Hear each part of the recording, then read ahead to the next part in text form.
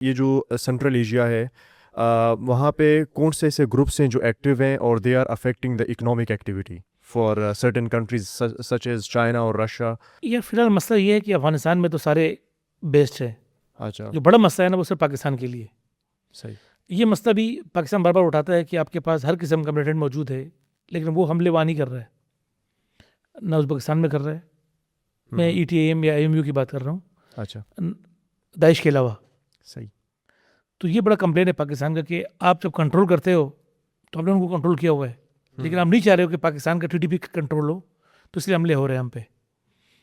جو حملے موسٹلی اور جس کا حوالہ دے رہے ہیں سینٹرل ایشیا میں, وہ بیسکلی داعش کی طرف سے موسٹلی ہو رہے ہیں. جسے میں نے بتایا کہ ان کا بڑا ایک ٹرانسنیشنل ان کا تھریٹ ہے. وہ اپنے آپ کو سمجھتے ہیں کہ افغان طالبان کا حکومت یا اسٹیٹ بن جانے کے بعد اور القاعدہ کا کمزور ہو جانے کے بعد ہم بیسکلی لاسٹ ریمیننگ جہادی گروپ ہے جو خلافت کلیم کرتے ہیں ریجن کی. تو وہ اس کو بڑا ایکسپلائٹ کر رہے ہیں اس کو, اور بڑا تنقید کرتی ہے افغان طالبان پہ, وہ تنقید کرتی ہے القاعدہ کی لیڈرشپ پہ, وہ تنقید کرتی ہے پاکستان کی حکومت پہ. تو وہ بڑا تھریٹ ہے.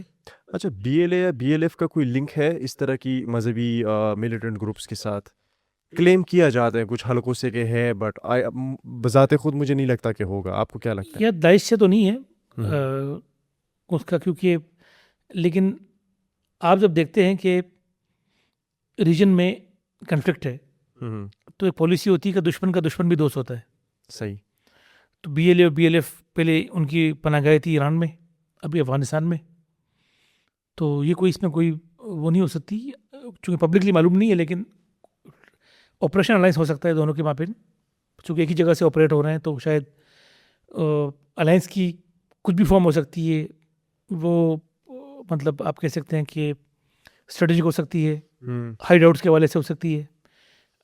جی اچھا یہ بتائیں کہ ابھی پاکستان کی طرف سے نا بار بار ایک موقف آتا ہے کہ بی ایل اے کو فنڈ مل رہا ہے انڈیا سے, یا جو آر این اے ہے وہ ان کو بوسٹ کر رہا ہے ریجن کے اندر اور انسٹیبلٹی کریٹ کرنے کے لیے. آپ کو کیا لگتا ہے اس میں سچائی ہے کوئی, یا پھر جو گریونسز ہیں بلوچستان کی اس کو چھپانے کے لیے یہ وہ ڈالا جاتا ہے انڈیا کے اوپر؟ دیکھیے دو چیزیں ہیں, گریونسز بھی بڑے جینین ہیں اور اس کو بڑا ایکسپلائٹ بھی کرتی ہے بی ایل اے یا بی ایل ایف. ٹھیک ہے. لیکن اب یہ دیکھیے کہ جو بی ایل اے ٹوٹی بھی تھی, بی ایل اے کے دو فیکشن ہیں. ایک فیکشن کی سربراہی بشیر زیب کر رہا ہے, اور ایک فیکشن اپنے آپ کو ایسوسیٹ کرتے ہیں خیر بیار مری سے. 2017 میں ان کا اسپرٹ اس بات پہ آیا تھا کہ ان کا جو اس وقت کا کمانڈر تھا اسلم اچو, وہ گیا تھا انڈیا علاج کرنے کے لیے. اچھا. تو اس پہ اوپر یہ بات چیت ہوئی کہ آپ کیسے گئے سپریم کونسل سے پوچھے بغیر. اچھا. تو یہ بڑا ایک مین وجہ بنی کہ مطلب آپ you can see the links between India and B L A. ابھی بھی جب یہ پاکستان انڈیا کی وار تھی پچھلے سال مئی میں, تو بی ایل اے کا باقاعدہ بیان آیا اور انہوں نے انڈیا سے کہا کہ ہم بھی آپ کی ہیلپ کر سکتے ہیں ویسٹرن بارڈر سے اٹیک کر کے.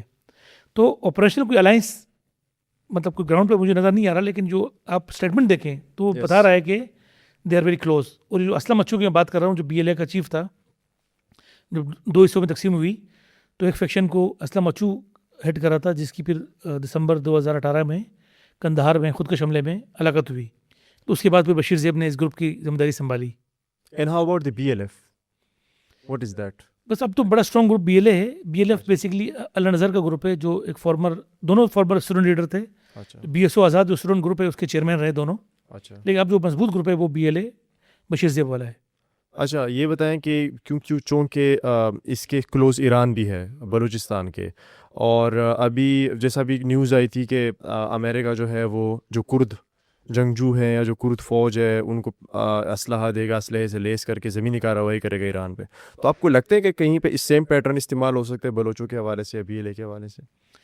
دیکھیے یہ تو بڑی امپورٹنٹ ڈسکشن ہے, اور آج کل جو بڑی بات چیت اس پہ ہو رہی ہے. پاکستان کا اور ایران کا 900 کلومیٹر بارڈر ہے. اچھا. اور یہ بہت بڑا پورس بارڈر ہے, ریگستانی علاقہ ہے, دونوں طرف بلوچ کمیونٹی رہتی ہے. اور ابھی بھی یہ علاقہ جو ہے B L A, B L F, جیش العدل, جند اللہ تنظیمیں, ایرانی سنی تنظیمیں, وہ اسمگلرز, نارکوٹکس والے, ہیومن ٹریفکر سب استعمال کر رہے ہیں. اور یہ بارڈر بیسکلی کافی عرصے سے کنٹرول کر رہا تھا آئی آر جی سی, جو ایران کی ایک سپریم ملٹری تنظیم ہے, پاسدارانہ انقلاب ہے اس کو کہتے ہیں. Yes. اب اس کنفلکٹ میں IRGC ٹارگیٹ ہے اسرائیل اور امریکہ کا, اور اگر یہ بارڈر کھل جاتا ہے تو ایک بہت بڑا اسپل ہو آئے گا ہماری طرف. اس کا نقصان یہ ہوگا کہ بہت بڑا ٹرموائل ہوگا, ہر قسم کی تنظیم, ہر قسم کا کرمنل ایکٹیو ہو جائے گا, چاہے BLA ہو, چاہے BLF ہو, جو صورت ہو. تو کوئی بڑا ہم اسپل اوور ایکسپیکٹ کر سکتے ہیں. اچھا. اور اب یہ ڈپینڈ کرتا ہے آنے والے دنوں میں کہ جیسے کردوں کی ایک پالیسی ہے, بات چل رہی ہے, اس طرح بلوچوں کی بھی ایرانی بلوچستان کے اندر ایک موومنٹ چل رہی ہے جس کو جیش دل یا اس طرح تنظیمیں لیڈ کرتی ہے. اچھا. چونکہ وہ سنی بلوچ ہیں اور ان کی ڈیمانڈ ہوتی ہے شیعہ پرشین اسٹیٹ سے. اچھا. اب دیکھتے ہیں کہ کیا ہوتا ہے, آیا کیا پالیسی ہوتی ہے. کردوں کی طرح بھی ان کو انگیج کرتے ہیں کوئی امریکہ یا اسرائیلی, لیکن ہم پہ اسپل اور آئے گا, آ رہا ہے. اگر بارڈر کھل گیا, بارڈر مطلب بارڈر آپ کے بہت مشکل ہو جاتا ہے اس بارڈر کنٹرول کرنا. 900 کلومیٹر کنٹرول کرنا بڑا مشکل کام ہے. ریگستان ہے, ہوا آتی ہے, آندھی آتی ہے تو بارڈر غائب ہو جاتا ہے. تو یہ بہت بڑا پورس بارڈر ہے یہ. ابھی بھی کچھ دن پہلے یہ ہوا تھا کہ جتنے بھی ضلع ہیں ان کی انتظامیہ لوگوں سے کہا بھی کہ آپ بارڈر پہ نہ جائیں, کیونکہ وہاں جو اکانومی ہے وہ ہے کراس بارڈر ٹریڈ. لوگ وہاں سے فیول لاتے ہیں, کھانے پینے کی چیزیں لاتے ہیں, اس سے ٹریڈ کرتے ہیں.